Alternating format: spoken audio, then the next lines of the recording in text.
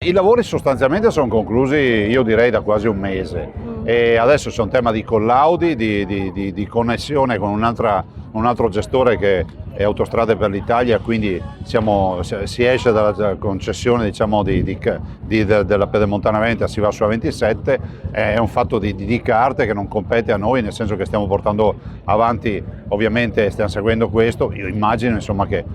ormai dire fine gennaio mi sembra azzardato, però insomma a febbraio si apre. Quindi carnevale col nuovo casello. Sì, ma guardate, secondo i programmi che c'erano, la previsione era un fine anno,